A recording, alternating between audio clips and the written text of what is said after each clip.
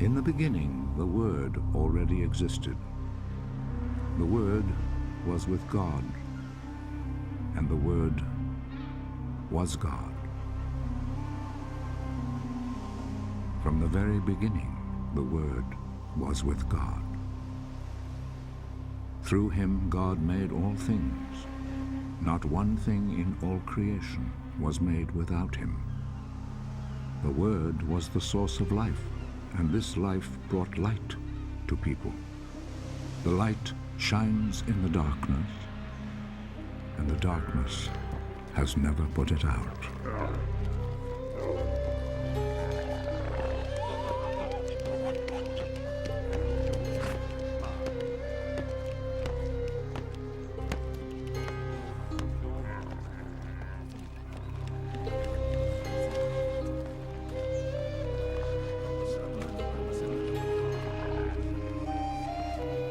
God sent his messenger, a man named John, who came to tell people about the light, so that all should hear the message and believe.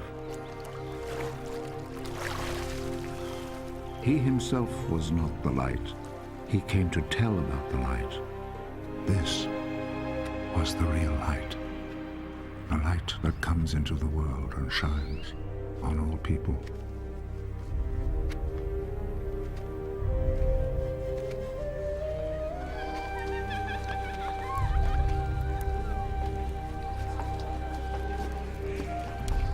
The Word was in the world, and though God made the world through him, yet the world did not recognize him.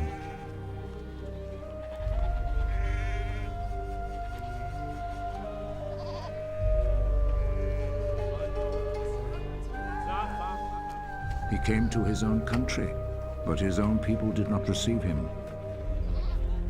Some, however, did receive him and believed in him, so he gave them the right to become God's children. They did not become God's children by natural means, that is, by being born as the children of a human father. God himself was their father.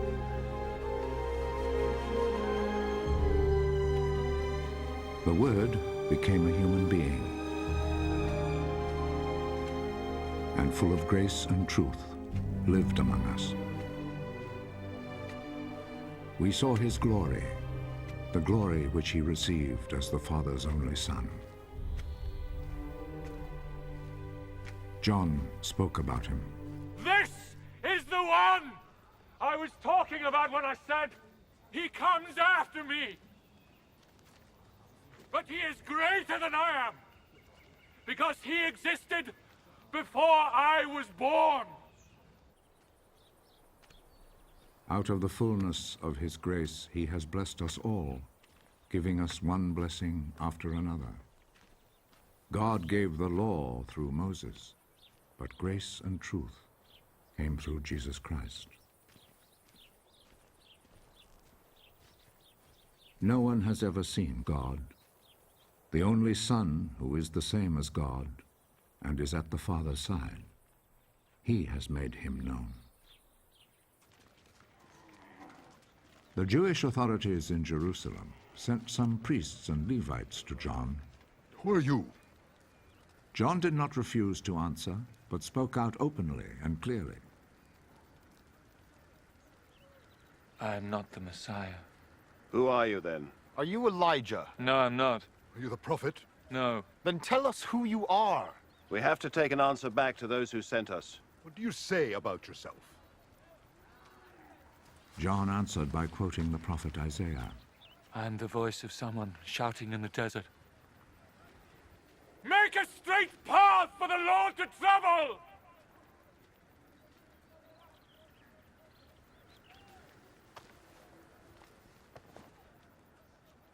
The messengers who had been sent by the Pharisees then asked John, If you're not the Messiah, nor Elijah, nor the prophet, why do you baptize?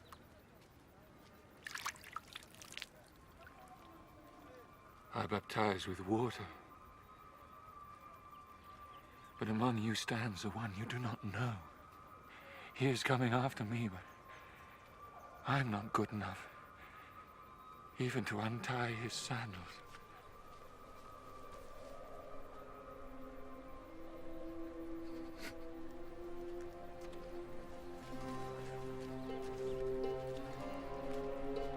All this happened in Bethany, on the east side of the Jordan River, where John was baptizing.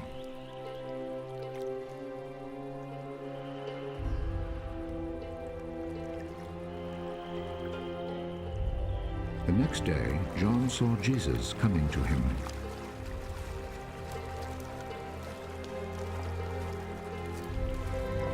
There is the Lamb of God, who takes away the sin of the world.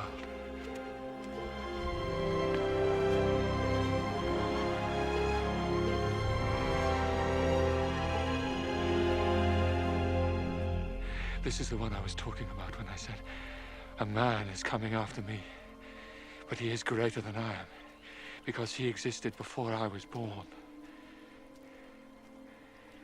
I did not know who he would be, but I came baptizing with water in order to make him known to the people of Israel. And John gave this testimony. I saw the Spirit come down like a dove from heaven and stay on him. I still did not know that he was the one, but God, who sent me to baptize with water, had said to me, you will see the Spirit come down and stay on a man. He is the one who baptizes with the Holy Spirit. I have seen it, and I tell you that he is the Son of God.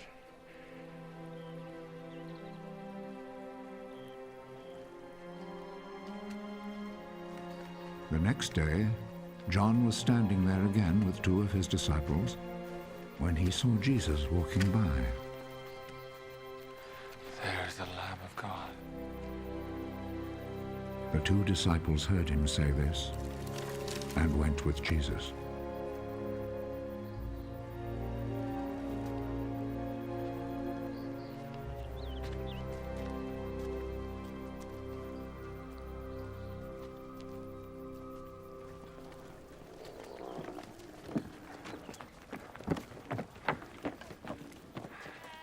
Jesus turned, saw them following him. What are you looking for? Where do you live? Rabbi. This word means teacher. Come and see. It was then about 4 o'clock in the afternoon, so they went with him and saw where he lived and spent the rest of that day with him. One of them was Andrew, Simon Peter's brother. At once he found his brother Simon. We have found the Messiah.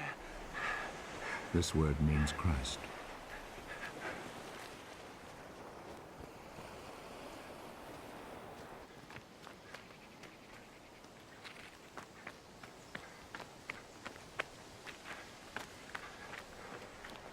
Then he took Simon to Jesus.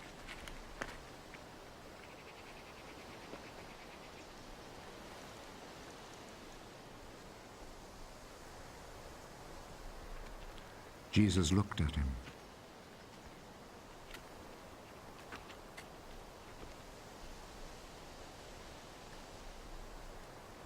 Your name is Simon, son of John.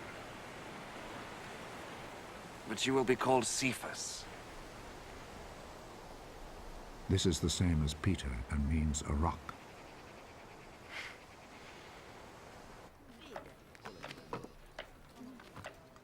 The next day, Jesus decided to go to Galilee.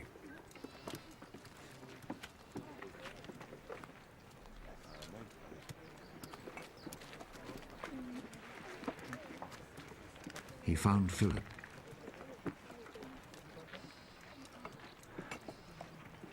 And said to him, Come with me. Philip was from Bethsaida, the town where Andrew and Peter lived.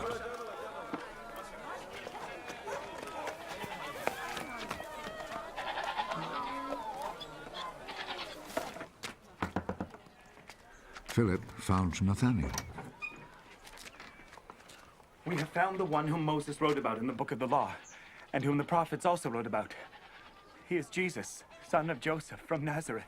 Can anything good come from Nazareth? Come and see.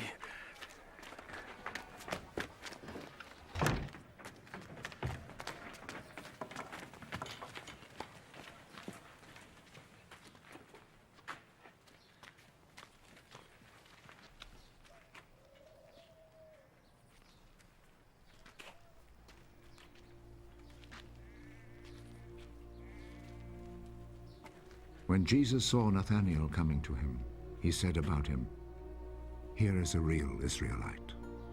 There is nothing false in him. How do you know me? I saw you when you were under the fig tree before Philip called you.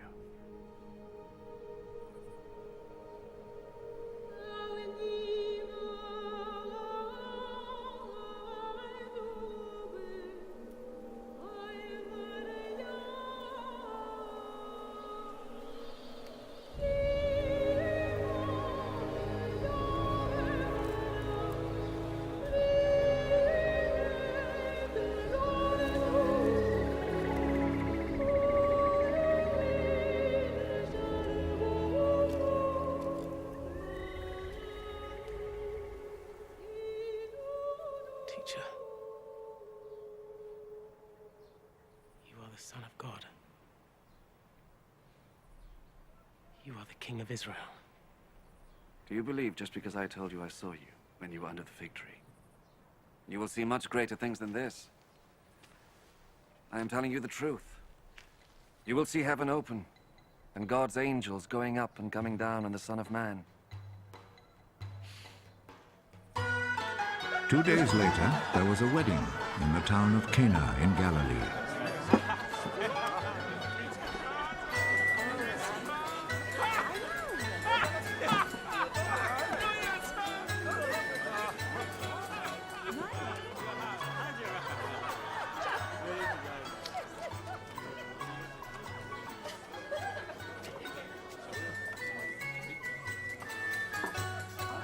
Jesus' mother was there.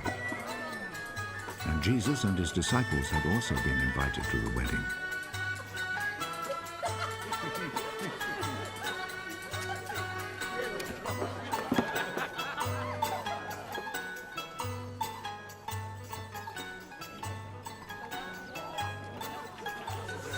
When the wine had given out, Jesus' mother said to him, "They are out of wine." Madam, what do you have to do with this? My time has not yet come.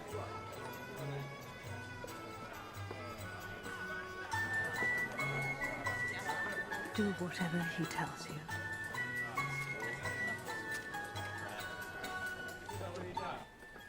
The Jews have rules about ritual washing, and for this purpose 6 stone water jars were there, each one large enough to hold between 20 and 30 gallons. Fill these jars with water.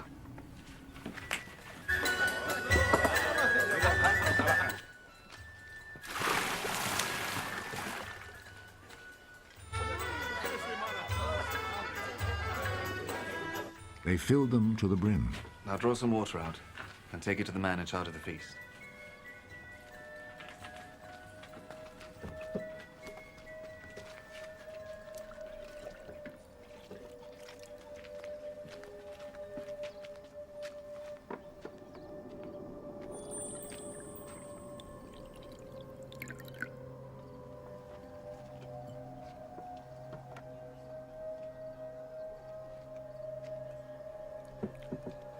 They took him the water, which now had turned into wine, and he tasted it.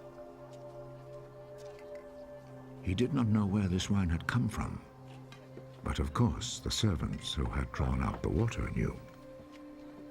So he called the bridegroom. Everyone else serves the best wine first, and after the guests have drunk a lot, he serves the ordinary wine. But you have kept the best wine until now.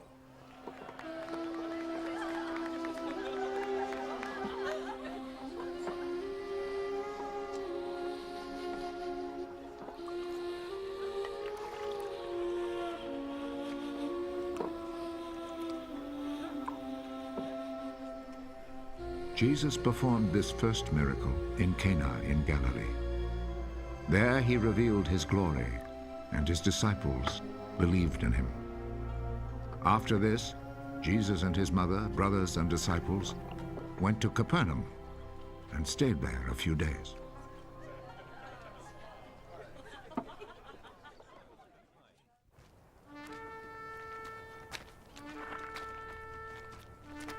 It was almost time for the Passover festival, so Jesus went to Jerusalem.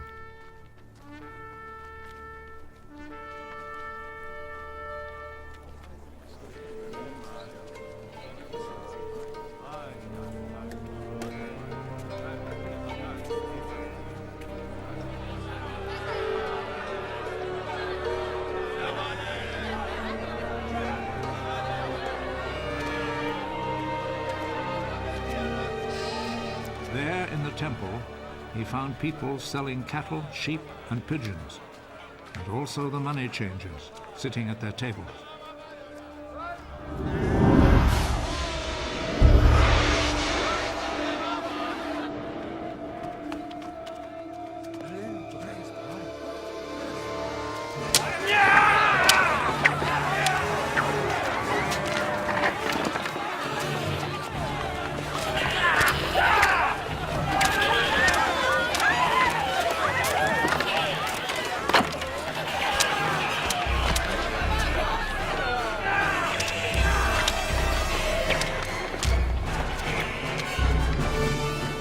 A whip from cords and drove all the animals out of the temple, both the sheep and the cattle.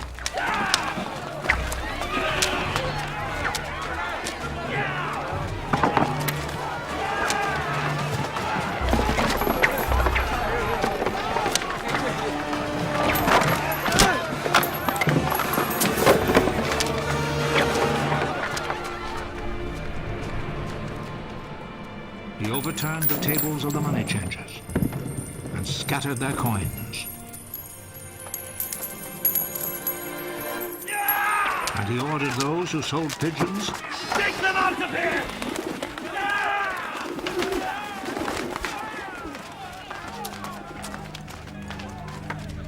Stop making my father's house a marketplace! his disciples remembered that the scripture says, "My devotion to your house, O God, burns in me like a fire." The Jewish authorities came back at him with a question. What miracle can you perform to show us that you have the right to do this? Tear down this temple, and in 3 days I will build it again. Are you going to build it again in 3 days? It has taken 46 years to build this temple. But the temple Jesus was speaking about was his body.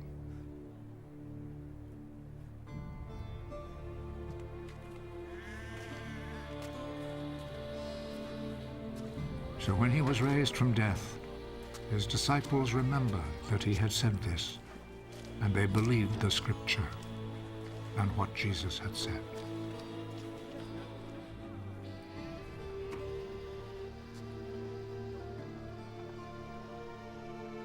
While Jesus was in Jerusalem during the Passover festival, many believed in him as they saw the miracles he performed.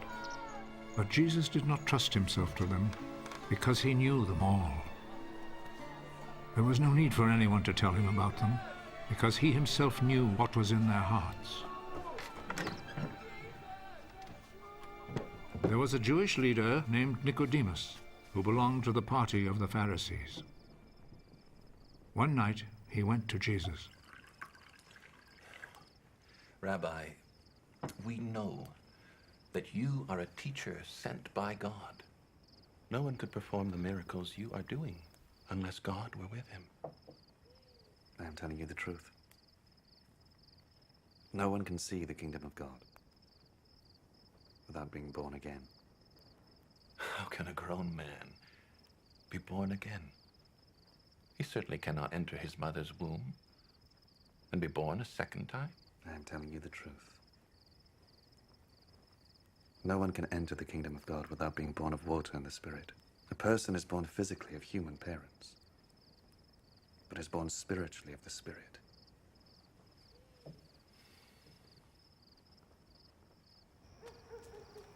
Do not be surprised because I tell you that you must all be born again. The wind blows wherever it wishes. You hear the sound it makes, but you do not know where it comes from or where it is going. It is like that with everyone who is born of the Spirit. How can this be? You are a great teacher in Israel. And you don't know this. I am telling you the truth. We speak of what we know and report what we have seen. Yet none of you is willing to accept our message. You do not believe me when I tell you about the things of this world.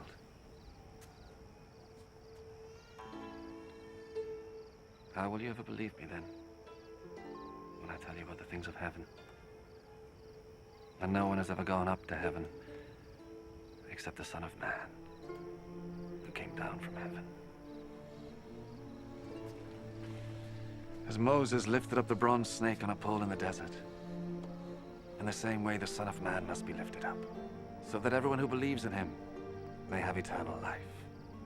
For God loved the world so much that he gave his only Son, so that everyone who believes in him may not die, but have eternal life. For God did not send his Son into the world to be its judge, but to be its Savior. Those who believe in the Son are not judged.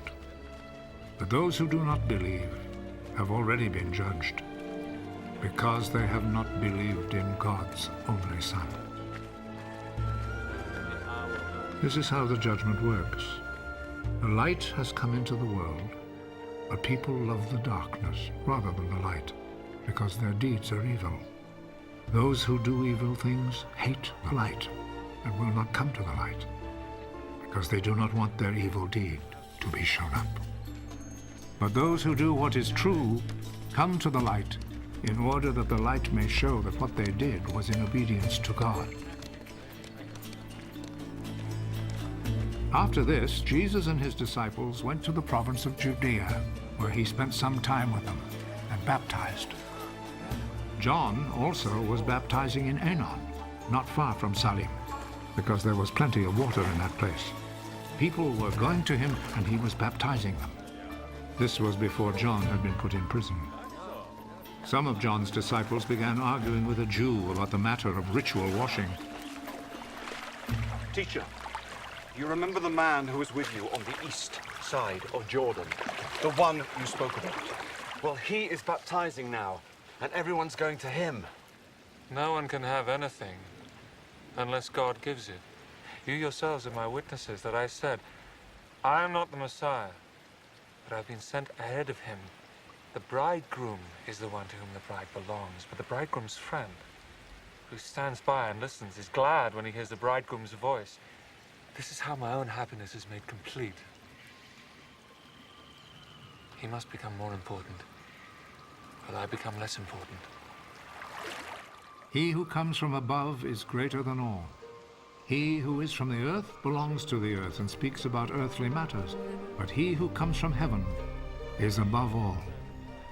He tells what he has seen and heard, yet no one accepts his message. But whoever accepts his message confirms by this that God is truthful.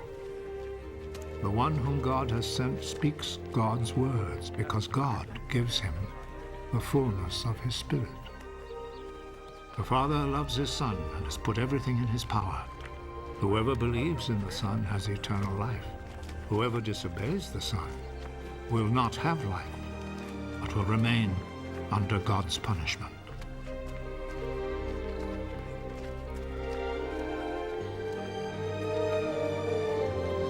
The Pharisees heard that Jesus was winning and baptizing more disciples than John. Actually, Jesus himself did not baptize anyone, only his disciples did. So when Jesus heard what was being said, he left Judea and went back to Galilee. On his way there, he had to go through Samaria. In Samaria, he came to a town named Sychar, which was not far from the field that Jacob had given to his son Joseph. Jacob's well was there, and Jesus, tired out by the trip, sat down by the well. It was about noon.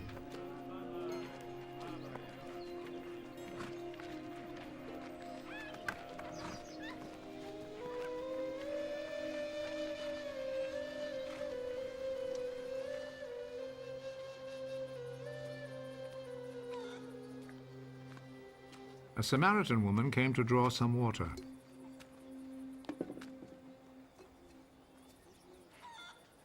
Give me a drink of water. His disciples had gone into town to buy food. You're a Jew and I'm a Samaritan. So how can you ask me for a drink? Jews will not use the same cups and bowls that Samaritans use. If you only knew what God gives, then who it is that is asking you for a drink, you would ask him. And he would give you a life-giving water. Sir, you don't have a bucket and the well is deep. Where would you get that life-giving water? It was our ancestor Jacob who gave us this well. He and his children and his flocks all drank from it. You don't claim to be greater than Jacob, do you? Those who drink this water will get thirsty again. But those who drink the water that I will give them will never be thirsty again. The water that I will give them will become in them a spring, which will provide them with life-giving water and give them eternal life. Sir, give me that water. Then I will never be thirsty again. Nor will I have to come here to draw water. Go and call your husband and come back. I don't have a husband. You're right when you say you don't have a husband. You've been married to 5 men, and the man you live with now is not really your husband. You have told me the truth. I see you are a prophet, sir. My Samaritan ancestors worshipped God on this mountain. But you Jews say that Jerusalem is the place where we should worship God. Believe me, woman. The time will come when people will not worship the Father either on this mountain or in Jerusalem. You Samaritans do not really know whom you worship. But we Jews know whom we worship because it is from the Jews that salvation comes. But the time is coming. And is already here. When by the power of God's Spirit, people will worship the Father as he really is, offering him the true worship that he wants. God is Spirit. And only by the power of his Spirit can people worship him as he really is. I know that the Messiah will come. And when he comes, he will tell us everything. I am he. I who am talking with you. At that moment, Jesus' disciples returned, and they were greatly surprised to find him talking with a woman. But none of them said to her, "What do you want?" or asked him, "Why are you talking with her?" Then the woman left her water jar and went back to the town.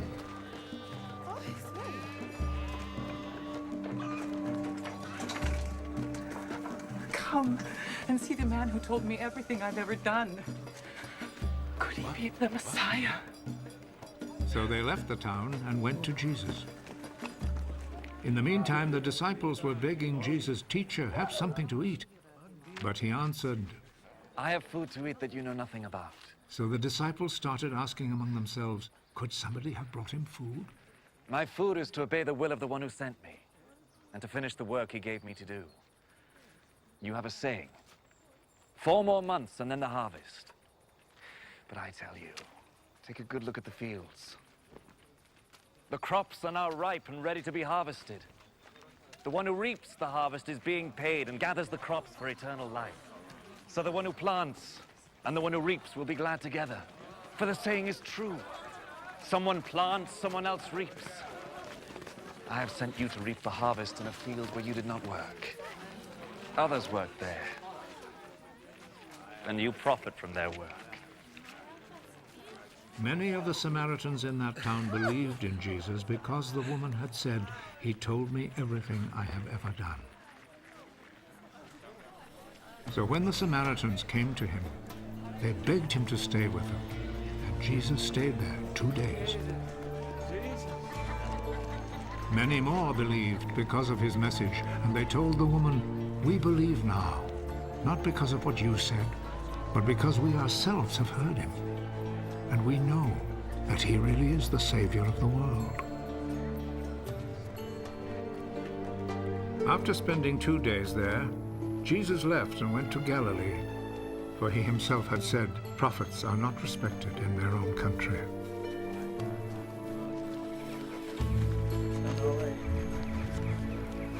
When he arrived in Galilee, the people there welcomed him, because they had gone to the Passover festival in Jerusalem and had seen everything that he had done during the festival.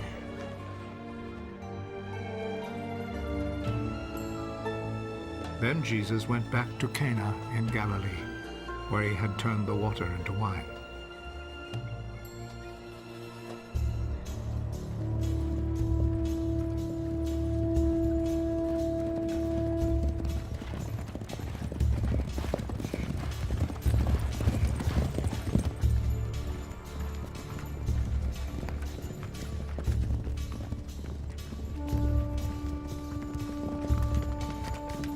A government official was there whose son was sick in Capernaum. When he heard that Jesus had come from Judea to Galilee, he went to him and asked him to go to Capernaum and heal his son, who was about to die. None of you will ever believe unless you see miracles and wonders.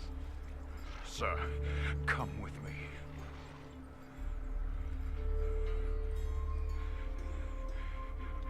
Before my child dies. Go. Your son will live. The man believed Jesus' words and went.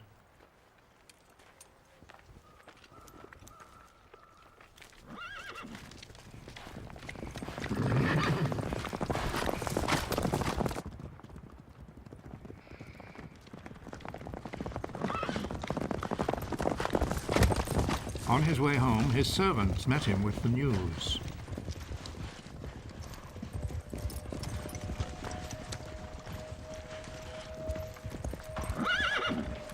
Your boy is going to live. He asked them what time it was when his son got better. It was 1 o'clock yesterday afternoon when the fever left him. Then the father remembered that it was at that very hour when Jesus had told him. Your son will live.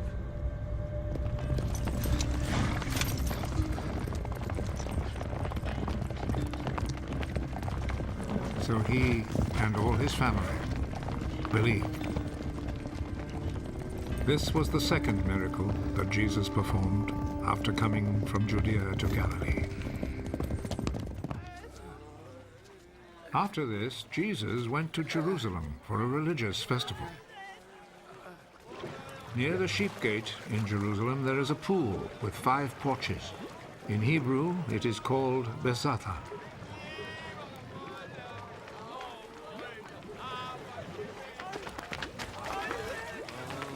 A large crowd of sick people were lying on the porches.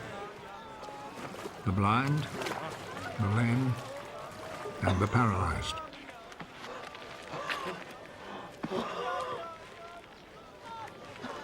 A man was there who had been sick for 38 years.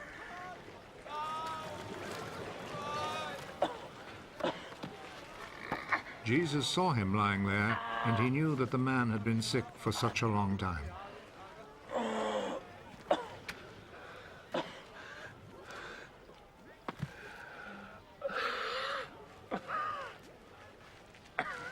Do you want to get well?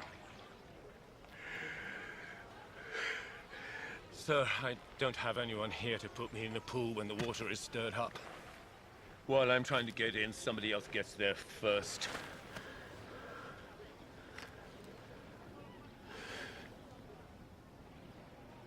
Get up. Pick up your mat and walk.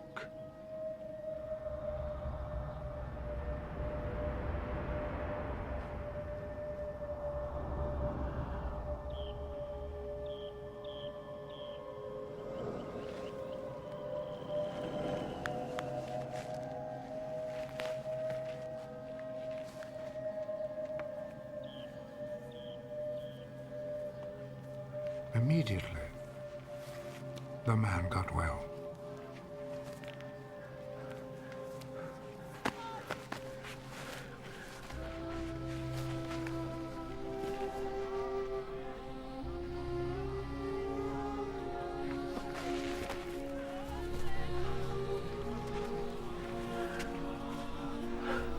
picked up his mat and started walking.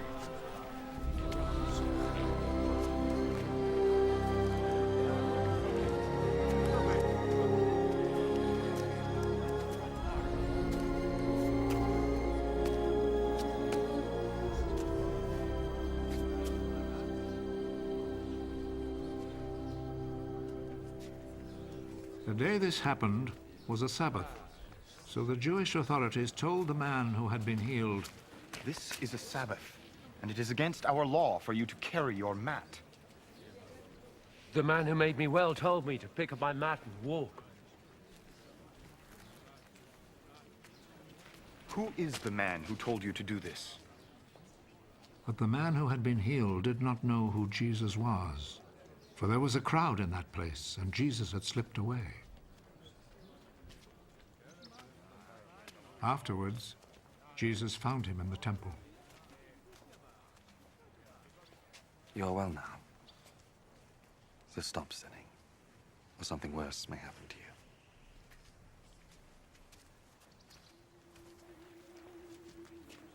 Then the man left and told the Jewish authorities that it was Jesus who had healed him.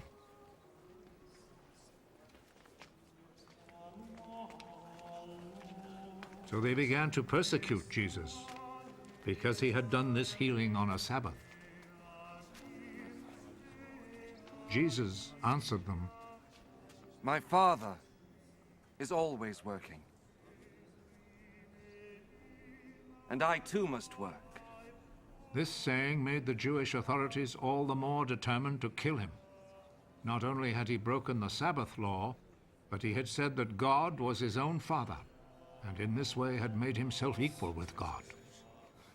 So Jesus answered them, I tell you the truth. The Son can do nothing on his own. He does only what he sees his Father doing. What the Father does, the Son also does. For the Father loves the Son and shows him all that he himself is doing. He will show him even greater things to do than this, and you will all be amazed! Just as the Father raises the dead and gives them life, in the same way the Son gives life to those he wants to. Nor does the Father himself judge anyone. He has given his Son the full right to judge, so that all will honor the Son in the same way as they honor the Father. Whoever does not honor the Son does not honor the Father who sent him. I am telling you the truth. Those who hear my words and believe in him who sent me have eternal life. They will not be judged, but have already passed from death to life. I am telling you the truth. The time is coming. The time has already come when the dead will hear the voice of the Son of God. And those who hear it will come to life. Just as the Father is himself the source of life. In the same way, he has made his Son to be the source of life. And he has given the Son the right to judge because he is the Son of Man. Do not be surprised at this. The time is coming when all the dead will hear his voice and come out of their graves. Those who have done good will rise and live. And those who have done evil will rise and be condemned. I can do nothing on my own authority. I judge only as God tells me, so my judgment is right. Because I am not trying to do what I want, but only what he who sent me wants. If I testify on my own behalf, what I say is not to be accepted as real proof. But there is someone else who testifies on my behalf. And I know that what he says about me is true. John is the one to whom you sent your messengers. And he spoke on behalf of the truth. It is not that I must have a human witness. I say this only in order that you may be saved. John was like a lamp, burning and shining. And you were willing for a while to enjoy his light. But I have a witness on my behalf, which is even greater than the witness that John gave. What I do, that is the deeds my Father gave me to do. These speak on my behalf and show that the Father has sent me. And the Father who sent me also testifies on my behalf. You have never heard his voice or seen his face. And you do not keep his message in your hearts, for you do not believe in the one whom he sent. You study the scriptures because you think that in them you will find eternal life. And these very scriptures speak about me, yet you are not willing to come to me in order to have life. I am not looking for human praise, but I know what kind of people you are. And I know that you have no love for God in your hearts. I have come with my Father's authority, but you have not received me. When, however, someone comes with his own authority, you will receive him. You like to receive praise from one another, but you do not try to win praise from the one who alone is God. How then can you believe me? Do not think, however, that I am the one who will accuse you to my father. Moses, in whom you have put your hope, is the very one who will accuse you. If you had really believed Moses, you would have believed me, because he wrote about me. But since you do not believe what he wrote, how can you believe what I say?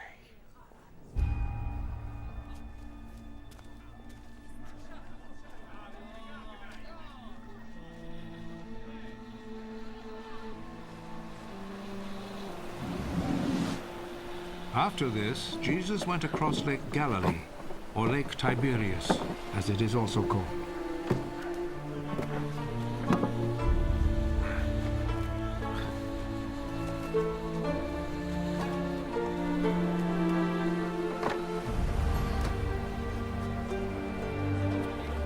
A large crowd followed him because they had seen his miracles of healing the sick.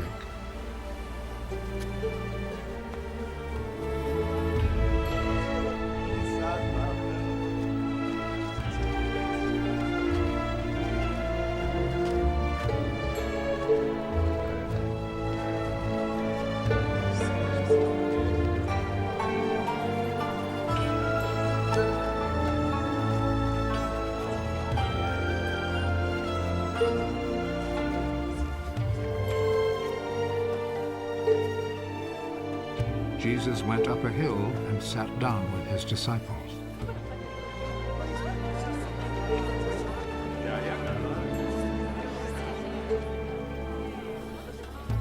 The time for the Passover festival was near. Jesus looked around and saw that a large crowd was coming to him.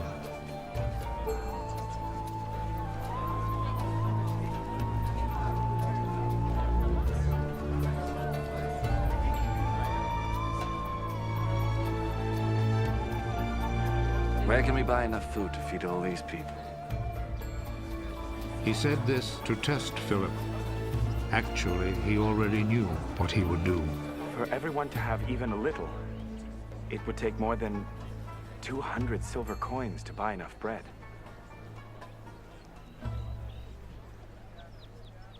Another one of his disciples, Andrew, who was Simon Peter's brother, said, "There is a boy here who has 5 loaves of barley bread and 2 fish.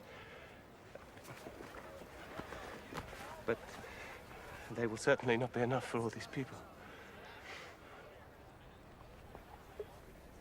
Make the people sit down. There was a lot of grass there, so all the people sat down. There were about 5,000 men.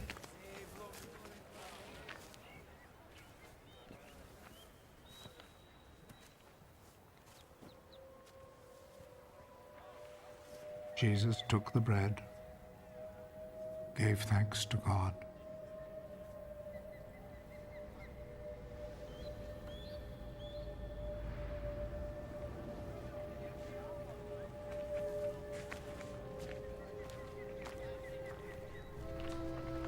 and distributed to the people who were sitting there.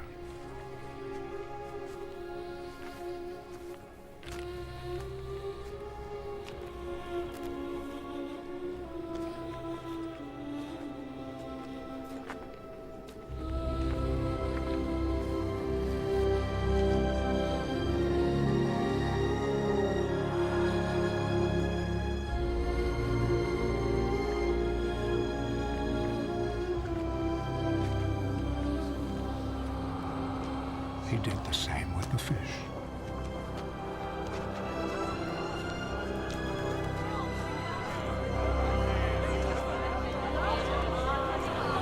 And they all had as much as they wanted.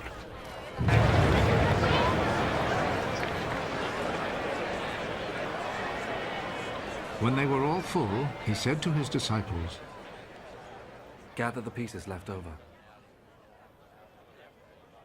Let us not waste a bit. So they gathered them all and filled 12 baskets with the pieces left over from the 5 barley loaves which the people had eaten. Seeing this miracle that Jesus had performed, the people there said, Surely this is the prophet who was to come into the world. Jesus knew that they were about to come and seize him in order to make him king by force, so he went off again to the hills by himself.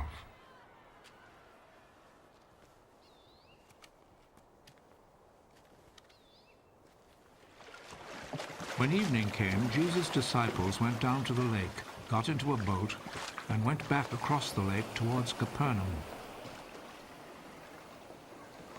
Night came on, and Jesus still had not come to them. By then a strong wind was blowing and stirring up the water.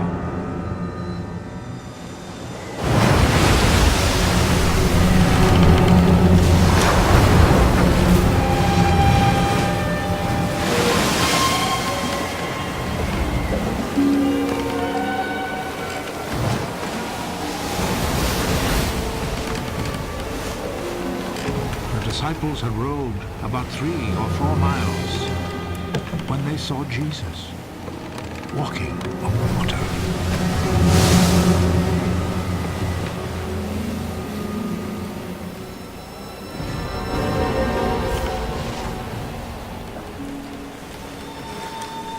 Coming near the boat, and they were terrified.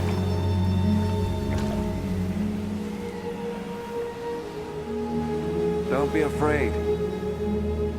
It is I.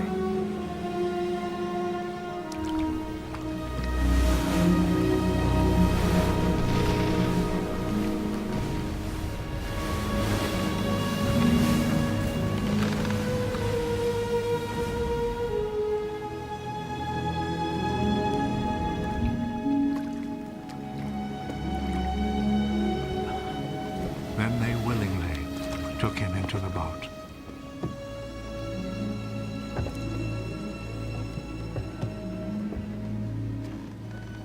And immediately the boat reached land at the place they were heading for.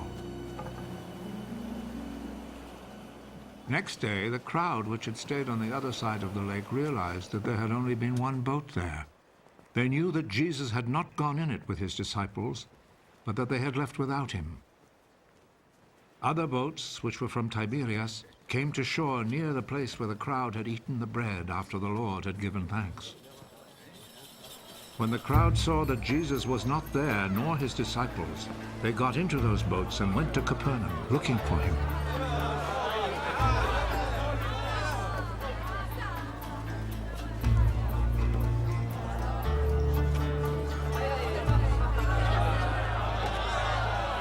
When the people found Jesus on the other side of the lake, they said to him, Teacher, when did you get here?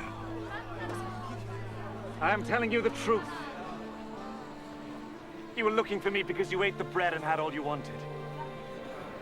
Not because you understood my miracles. Do not work for food that spoils. Instead, work for the food that lasts for eternal life. This is the food which the Son of Man will give you because God the Father has put his mark of approval on him. What can we do in order to do what God wants us to do? What God wants you to do is to believe in the one he sent. What miracle will you perform so that we may see it and believe you? What will you do? Our ancestors ate manna in the desert, just as Scripture says. He gave them bread from heaven to eat. I am telling you the truth. What Moses gave you was not the bread from heaven.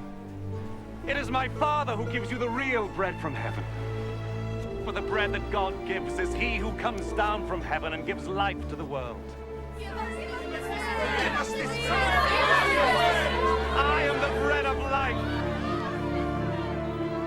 Those who come to me will never be hungry. Those who believe in me will never be thirsty. Now I told you that you have seen me, but will not believe. Everyone whom my Father gives me will come to me. I will never turn away anyone who comes to me, because I have come down from heaven to do not my own will, but the will of him who sent me.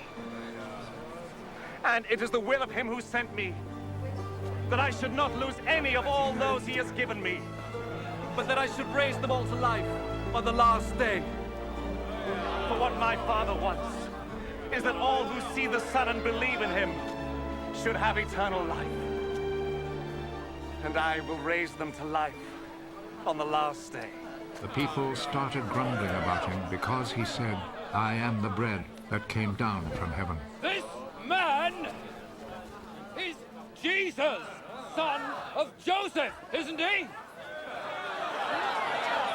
We know his father and mother. How then does he now say he came down from heaven?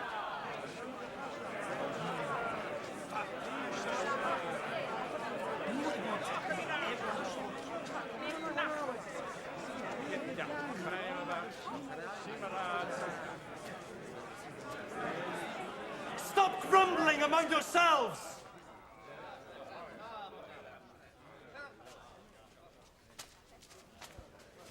People cannot come to me unless the Father who sent me draws them to me. And I will raise them to life on the last day.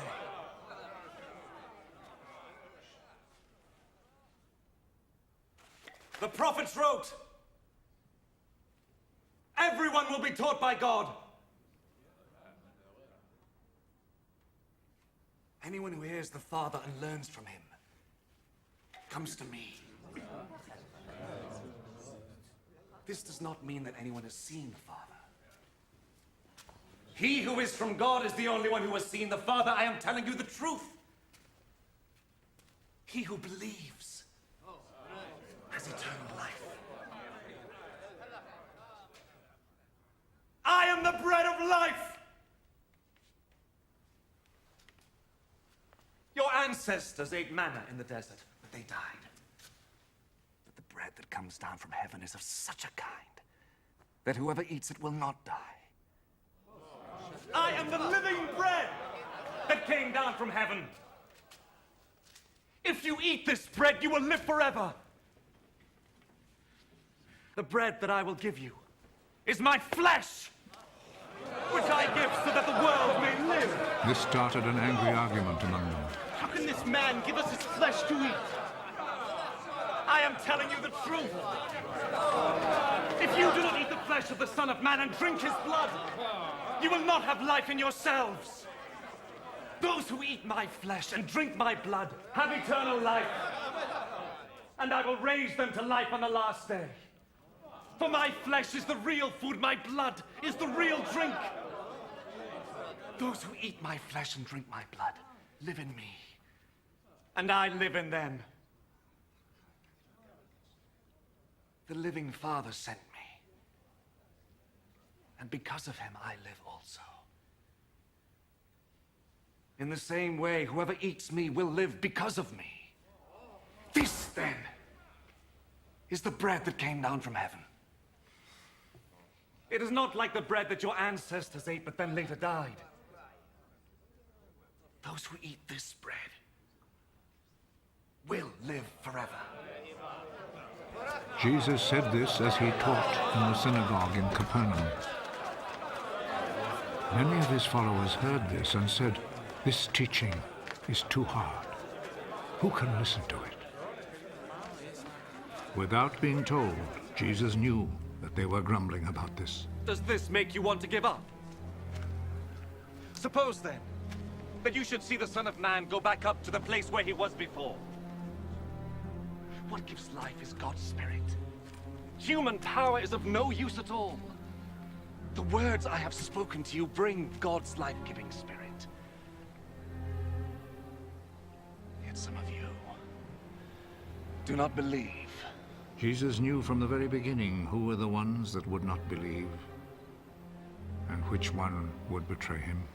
This is the very reason I told you that no people can come to me unless the Father makes it possible for them to do so.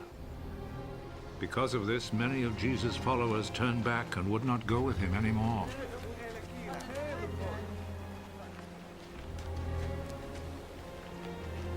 And you? Would you also like to leave? Lord, to whom would we go? You have the words that give eternal life. And now we believe and know that you are the Holy One who has come from God.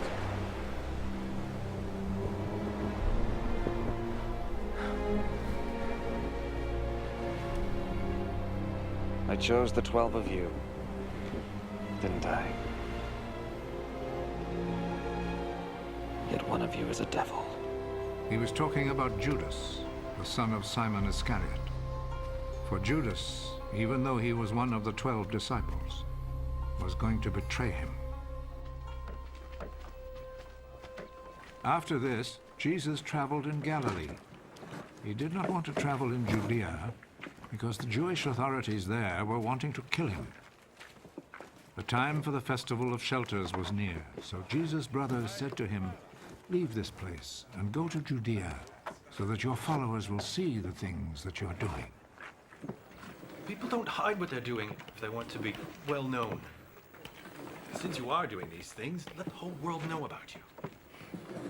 Not even his brothers believed in him. The right time for me has not yet come. Any time is right for you. The world cannot hate you, but it hates me, because I keep telling it that its ways are bad. You go on to the festival. I am not going to this festival, because the right time has not come for me. He said this and then stayed on in Galilee. After his brothers had gone to the festival, Jesus also went. However, he did not go openly, but secretly.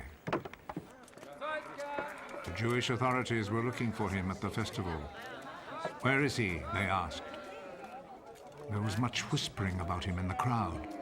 "He is a good man," some people said. "No," others said. "He fools the people." But no one talked about him openly, because they were afraid of the Jewish authorities. The festival was nearly half over when Jesus went to the temple and began teaching. The Jewish authorities were greatly surprised. How does this man know so much when he's never been to school? What I teach is not my own teaching, but it comes from God who sent me. Whoever is willing to do what God wants will know whether what I teach comes from God, or whether I speak on my own authority. Those who speak on their own authority are trying to gain glory for themselves. But he who wants glory for the one who sent him is honest, and there is nothing false in him. Moses gave you the law, didn't he? But not one of you obeys the law. Why are you trying to kill me? You have a demon in you. Who is trying to kill you? I performed one miracle, and you were all surprised. Moses ordered you to circumcise your sons, although it was not Moses, but your ancestors who started it. And so you circumcise a boy on the Sabbath. If a boy is circumcised on the Sabbath so that Moses' law is not broken, why are you angry with me? Because I made a man completely well on the Sabbath. Stop judging by external standards, and judge by true standards. Some of the people of Jerusalem said, "Isn't this the man the authorities are trying to kill? Look, he is talking in public, and they say nothing against him." Can it be that they really know that he is the Messiah? But when the Messiah comes, no one will know where he is from. And we all know where this man comes from. As Jesus taught in the temple, he said in a loud voice, Do you really know me? And know where I am from? I have not come on my own authority. He who sent me, however, is truthful. You do not know him, but I know him. Because I come from him. And he sent me. Then they they tried to seize him.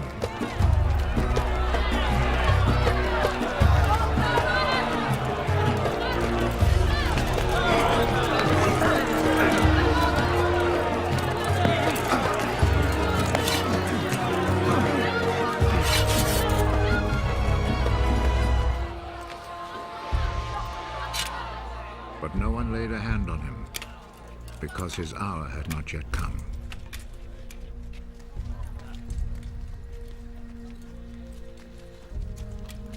But many in the crowd believed in him. When the Messiah comes, will he perform more miracles than this man has? The Pharisees heard the crowd whispering these things about Jesus. So they and the chief priests sent some guards to arrest him.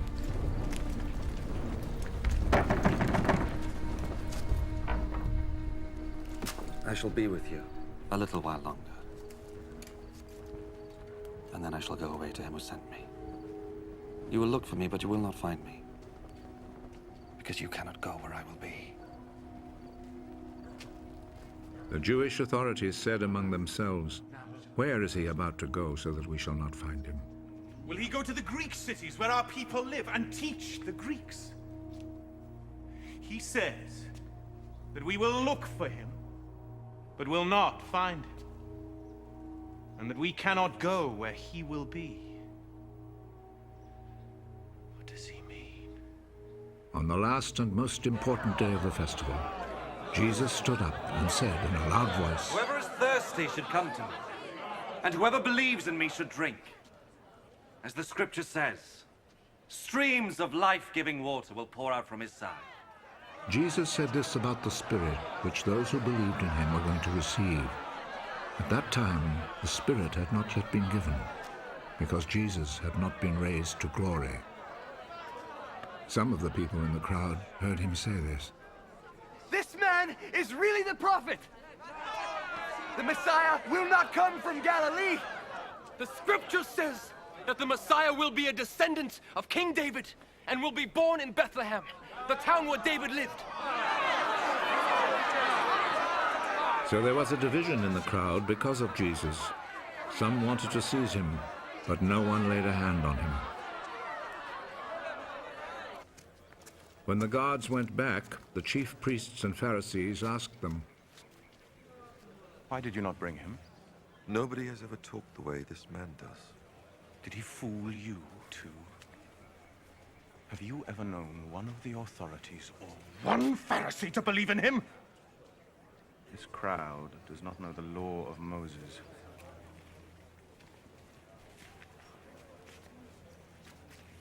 So they are under God's curse.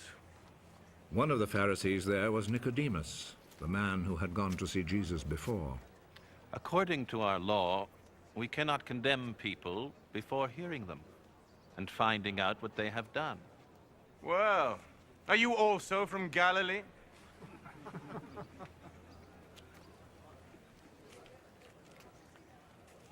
Study the scriptures, and you will learn that no prophet ever comes from Galilee.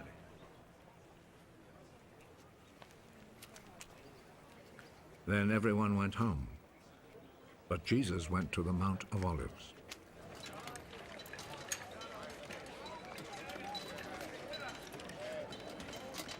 Early the next morning, he went back to the temple. All the people gathered round him, and he sat down and began to teach them. The teachers of the law and the Pharisees brought in a woman who had been caught committing adultery, and they made her stand before them all. Teacher!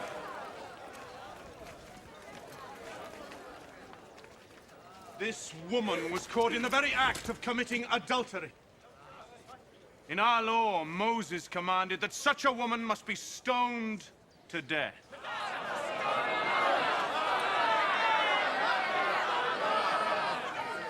Now, what do you say?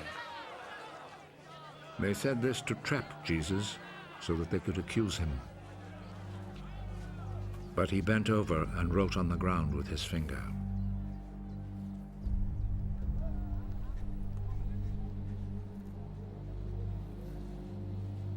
As they stood there asking him questions, he straightened up.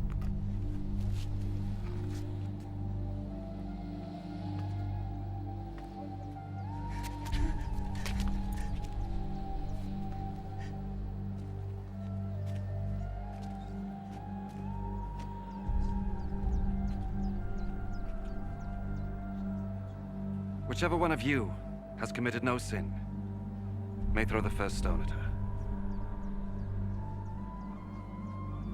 Then he bent over again and wrote on the ground.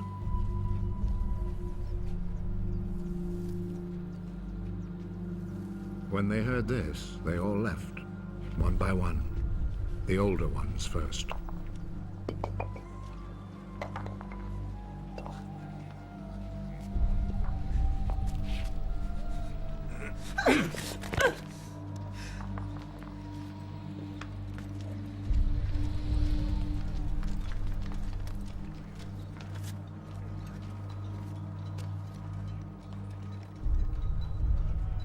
Jesus was left alone with the woman still standing there. He straightened up. Where are they?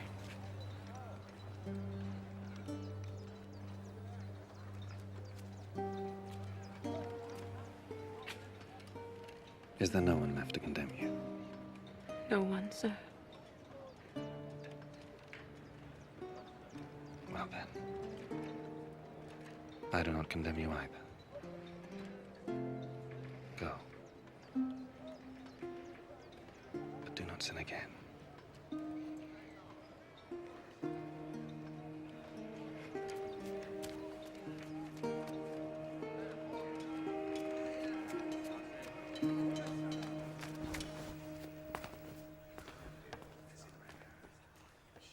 Jesus spoke to the Pharisees again. I am the light of the world. Whoever follows me will have the light of life and will never walk in darkness. Now you are testifying on your own behalf. What you say proves nothing! No. Even though I do testify on my own behalf, what I say is true. Because I know where I came from and where I am going. You do not know where I came from or where I'm going. You make judgments in a purely human way. I pass judgment on no one. But if I were to do so, my judgment would be true. Because I am not alone in this. The Father who sent me is with me.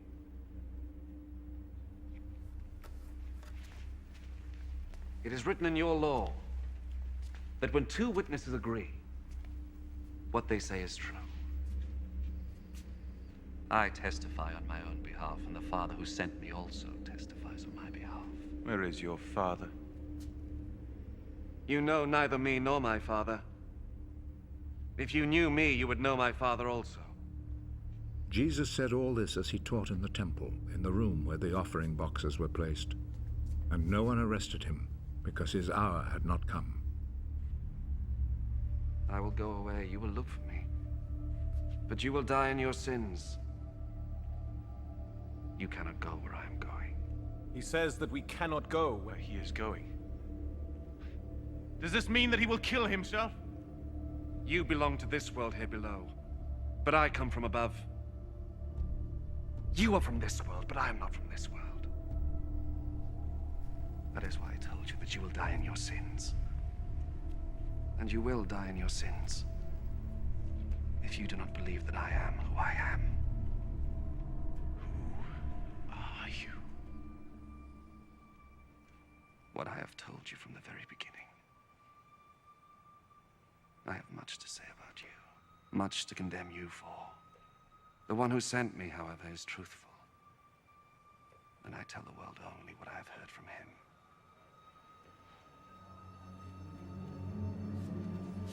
They did not understand that Jesus was talking to them about the Father. When you lift up the Son of Man, you will know that I am who I am. Then you will know that I do nothing on my own authority. That I say only what the Father has instructed me to say.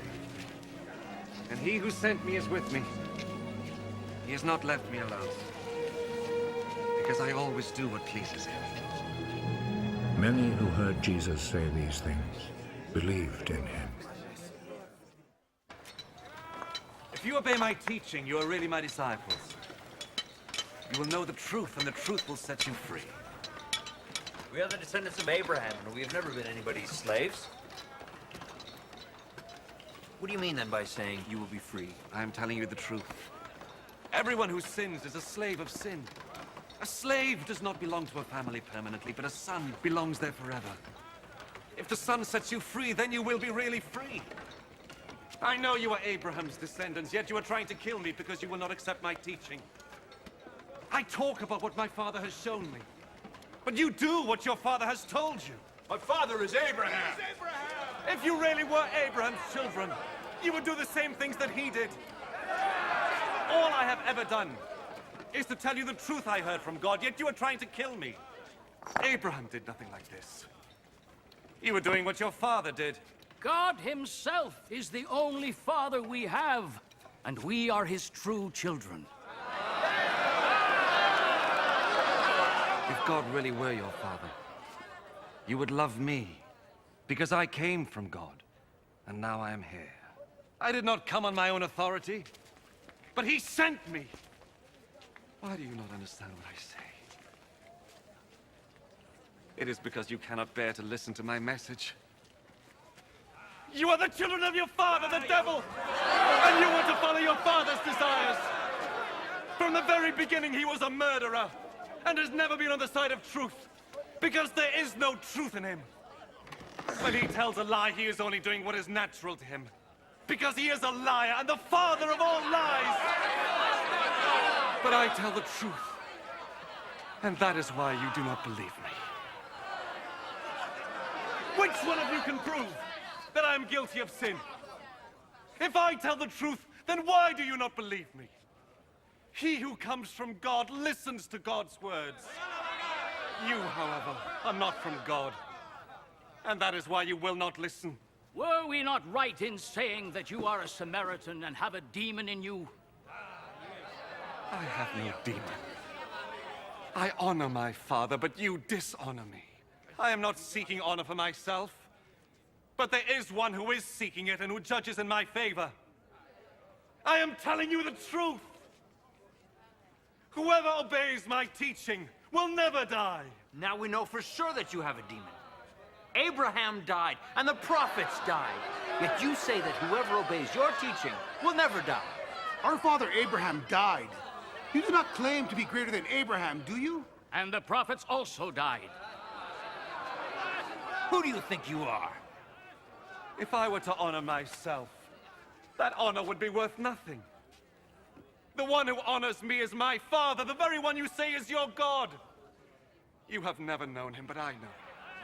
If I were to say that I do not know him, I would be a liar like you, but I do know him, and I obey his word. Your father, Abraham, rejoiced that he was to see the time of my coming. He saw it, and was glad. You're not even 50 years old, and you have seen Abraham!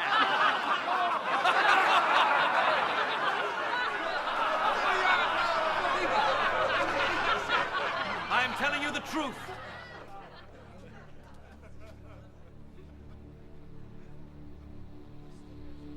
Before Abraham was born,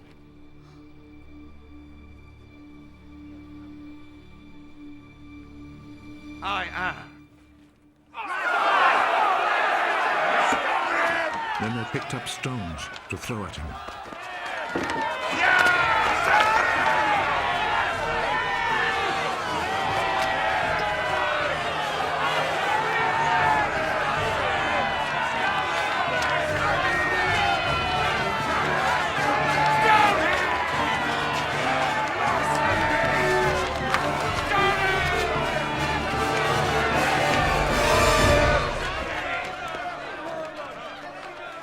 But Jesus hid himself and left the temple.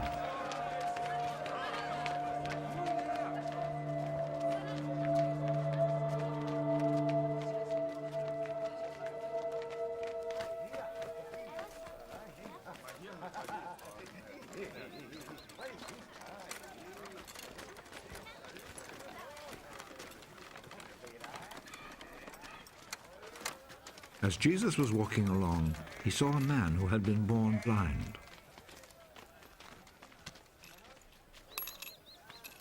Teacher, whose sin caused him to be born blind? Was it his own, or his parents' sin? His blindness has nothing to do with his sins or his parents' sins. He is blind so that God's power might be seen at work in him. As long as it is day, we must keep on doing the work of him who sent me. Night is coming, when no one can work. While I am in the world, I am the light for the world.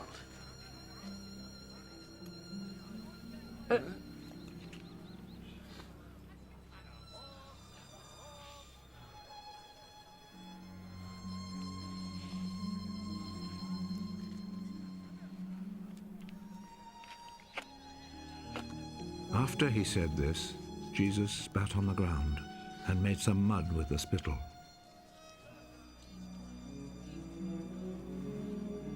He rubbed the mud on the man's eyes.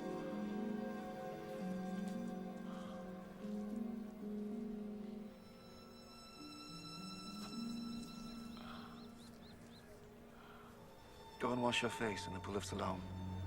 This name means sent.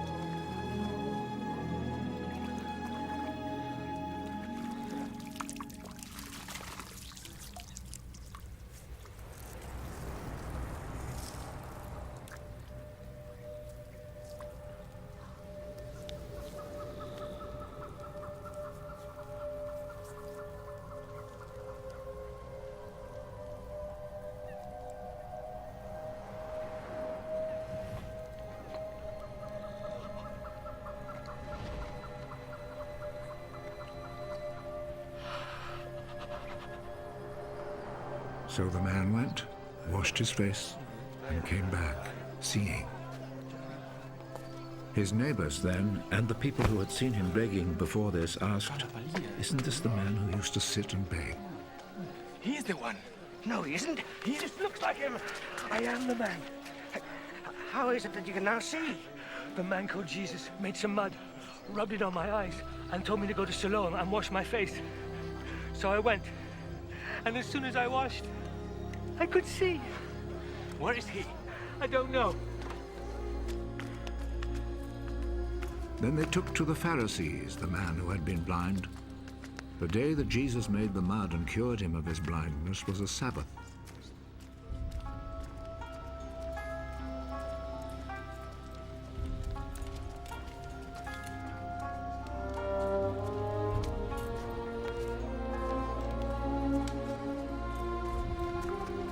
The Pharisees then asked the man again how he had received his sight. He put some mud on my eyes. I washed my face, and now I can see. The man who did this cannot be from God, for he does not obey the Sabbath law. How could a man who is a sinner perform such miracles as these? And there was division among them. You say he cured you of your blindness. Well, what do you say about him? He is a prophet. The Jewish authorities, however, were not willing to believe that he had been blind and could now see, until they called his parents. Is this your son? You say that he was born blind. How is it then that he can now see? We know that he is our son, and we know that he was born blind.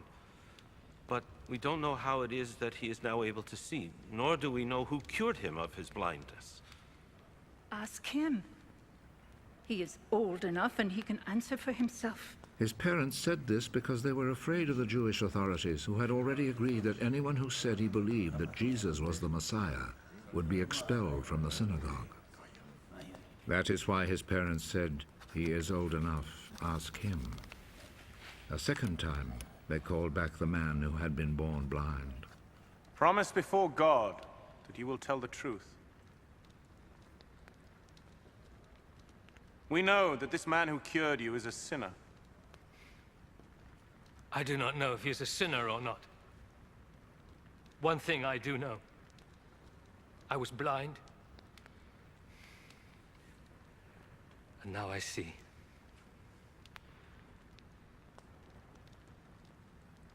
What did he do to you? How did he cure you of your blindness? I have already told you, and you would not listen. Why do you want to hear it again? Maybe you too would like to be his disciples. They insulted him and said, "You are that fellow's disciple." But we are Moses' disciples. We know that God spoke to Moses. As for that fellow, however, we do not even know where he comes from. What a strange thing that is. You do not know where he comes from, but he cured me of my blindness. We know that God does not listen to sinners. He does listen to people who respect him and do what he wants them to do. Since the beginning of the world, nobody has ever heard of anyone giving sight to a person born blind. Unless this man came from God, he would not be able to do a thing! You were born and brought up in sin! And you are trying to teach us. and they expelled him from the synagogue.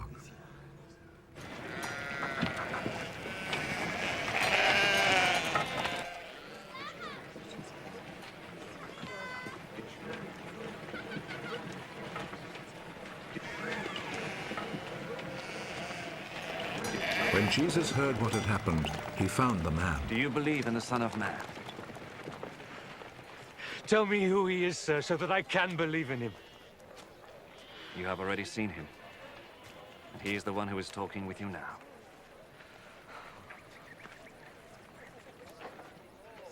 I believe, Lord.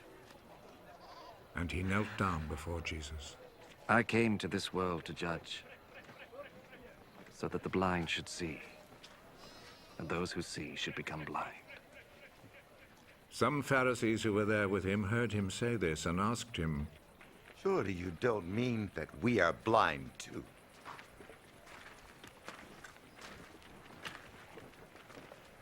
If you were blind, then you would not be guilty. But since you claim that you can see, this means that you are still guilty. I am telling you the truth. The man who does not enter the sheep pen by the gate, but climbs in some other way is a thief and a robber. The man who goes in through the gate is the shepherd of the sheep. The gatekeeper opens the gate for him. The sheep hear his voice as he calls his own sheep by name, and he leads them out. When he has brought them out, he goes ahead of them, and the sheep follow him because they know his voice. They will not follow someone else. Instead, they will run away from such a person, because they do not know his voice.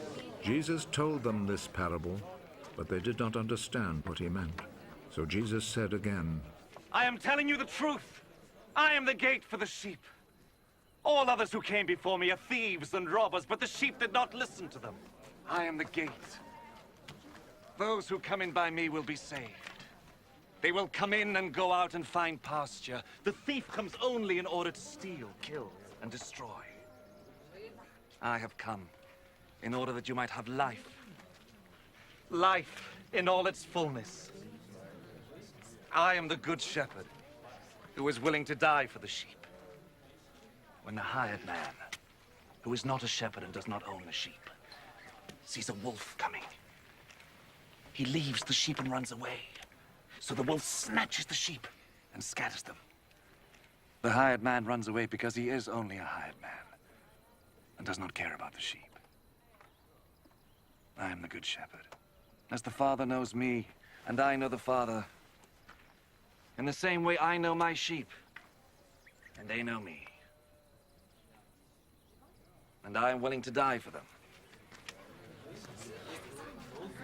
There are other sheep which belong to me that are not in this sheep pen. I must bring them too. They will listen to my voice, and they will become one flock with one shepherd. The Father loves me because I am willing to give up my life in order that I may receive it back again. No one takes my life away from me. I give it up of my own free will. I have the right to give it up, and I have the right to take it back. This is what my Father has commanded me to do. Again there was division among the people because of these words. He has a demon! He's crazy! Why do you listen to him? A man with a demon could not talk like this! How could a demon give sight to blind people?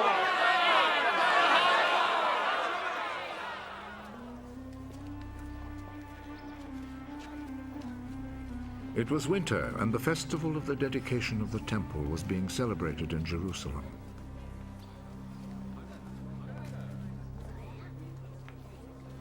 Jesus was walking in Solomon's porch in the temple when the people gathered round him. How long are you going to keep us in suspense? Tell us the plain truth. Are you the Messiah? I have already told you, but you would not believe me. The deeds I do by my Father's authority speak on my behalf. But you will not believe, for you are not my sheep.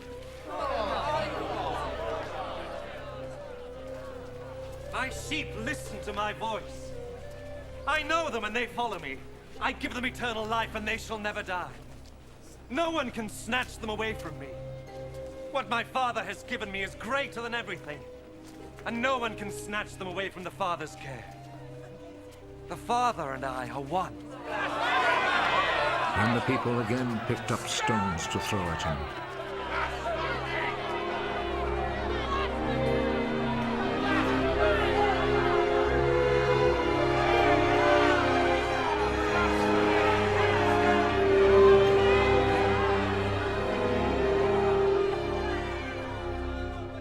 I have done many good deeds in your presence, which the Father gave me to do. For which one of these do you want to stone me? We do not want to stone you because of any good deeds, but because of your blasphemy. You're only a man, but you're trying to make yourself God.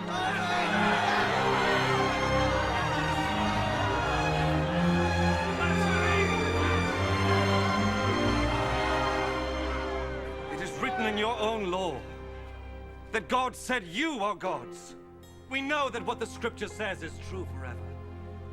And God called those people gods. The people to whom his message was given.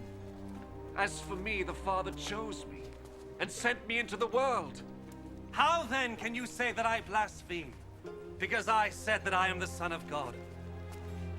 Do not believe me then, if I am not doing the things my Father wants me to do. But if I do them, even though you do not believe me, you should at least believe my deeds. In order that you may know, once and for all, that the Father is in me, and that I am in the Father.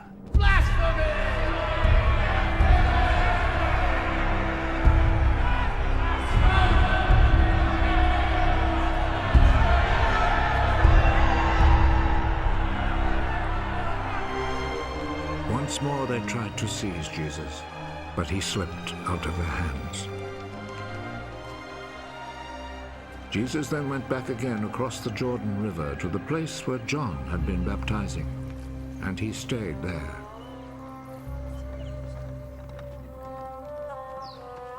Many people came to him. John performed no miracles, they said, but everything he said about this man was true, and many people there believed in him.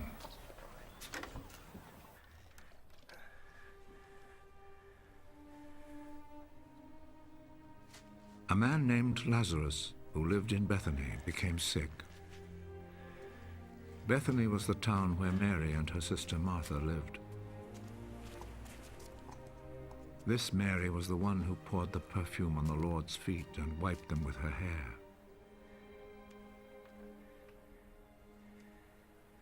It was her brother, Lazarus, who was sick. The sisters sent Jesus the message, "Lord, your dear friend is sick." When Jesus heard it, he said, "The final result of this sickness will not be the death of Lazarus. This has happened in order to bring glory to God, and it will be the means by which the Son of God will receive glory."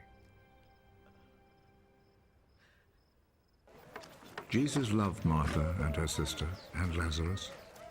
Yet when he received the news that Lazarus was sick, he stayed where he was for 2 more days. Then he said to his disciples, "Let us go back to Judea." Teacher, just a short time ago the people there wanted to stone you. And are you planning to go back? A day has 12 hours, doesn't it? So those who walk in broad daylight do not stumble, for they see the light of this world. But if they walk during the night, they stumble, because they have no light. Our friend Lazarus has fallen asleep, but I will go and wake him up.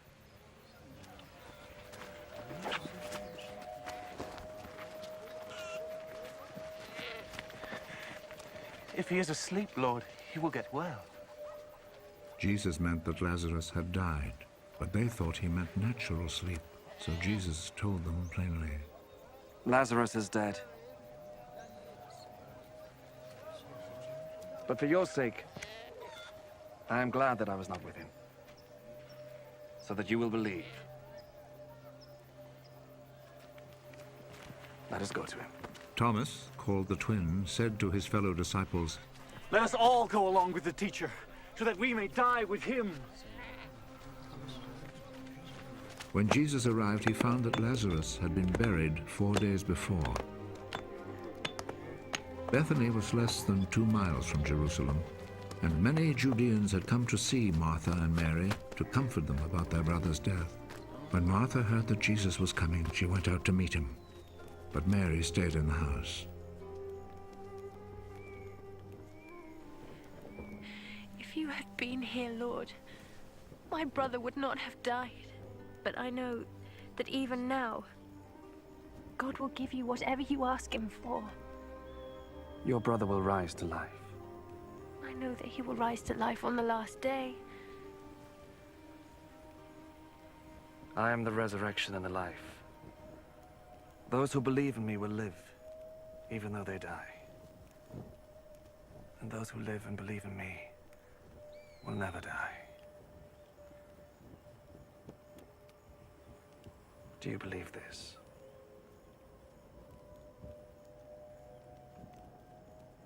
Yes, Lord.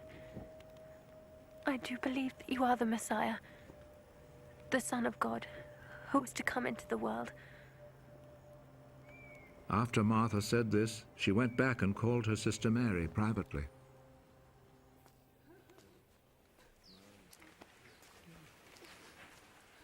The teacher is here and is asking for you. When Mary heard this, she got up and hurried out to meet him.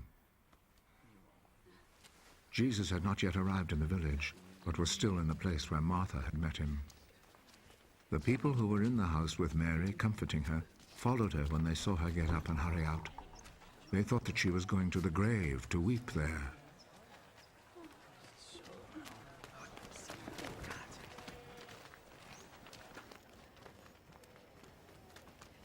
Mary arrived where Jesus was, and as soon as she saw him, she fell at his feet.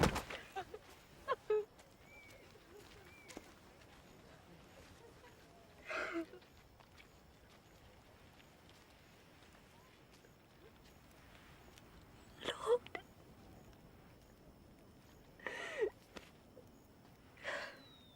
if you had been here, my brother would not have died.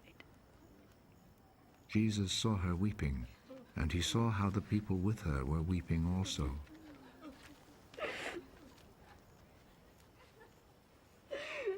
His heart was touched, and he was deeply moved.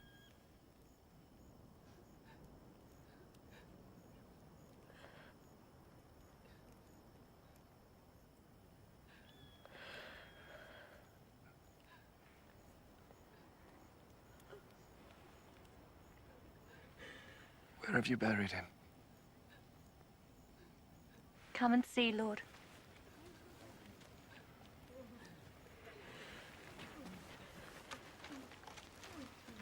Jesus wept. See how much he loved him, the people said. But some of them said, he gave sight to the blind man, didn't he? Could he not have kept Lazarus from dying?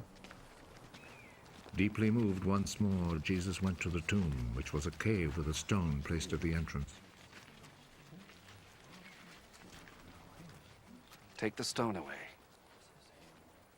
There will be a bad smell, Lord. He has been buried 4 days. Didn't I tell you? that you would see God's glory if you believed.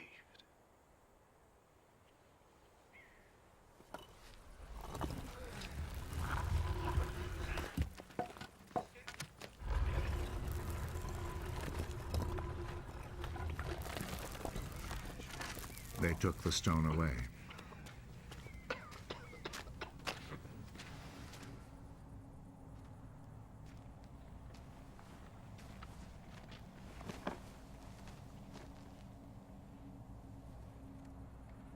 Jesus looked up. I thank you, Father, that you listened to me. I know that you always listen to me. But I say this for the sake of the people here, so that they will believe that you sent me.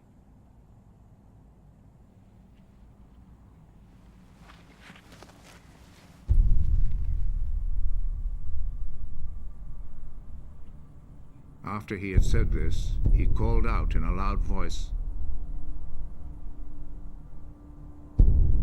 Lazarus! Come out!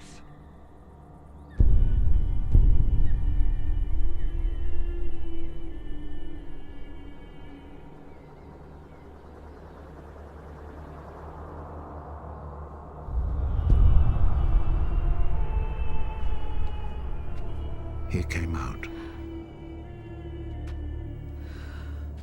His hands and feet wrapped in grave clothes, and with a cloth round his face.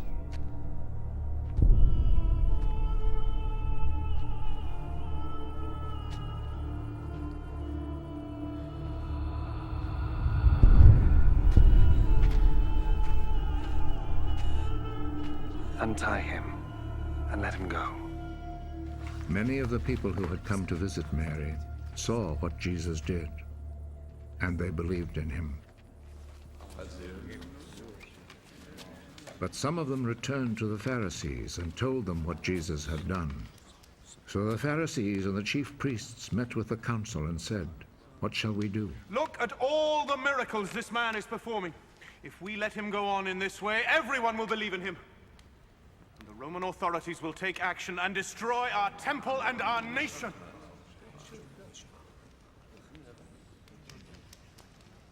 One of them, named Caiaphas, who was high priest that year, said, What fools you are! Don't you realize that it is better for you to have let one man die for the people, instead of having the whole nation destroyed? Actually, he did not say this of his own accord. Rather, as he was high priest that year, he was prophesying that Jesus was going to die for the Jewish people, and not only for them, but also to bring together into one body all the scattered people of God. From that day on, the Jewish authorities made plans to kill Jesus. So Jesus did not travel openly in Judea, but left and went to a place near the desert, to a town named Ephraim, where he stayed with his disciples.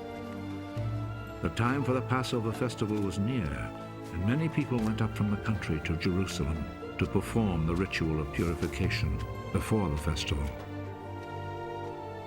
They were looking for Jesus, and as they gathered in the temple, they asked one another, "What do you think? Surely he will not come to the festival, will he?" The chief priests and the Pharisees had given orders that if anyone knew where Jesus was, he must report it, so that they could arrest him.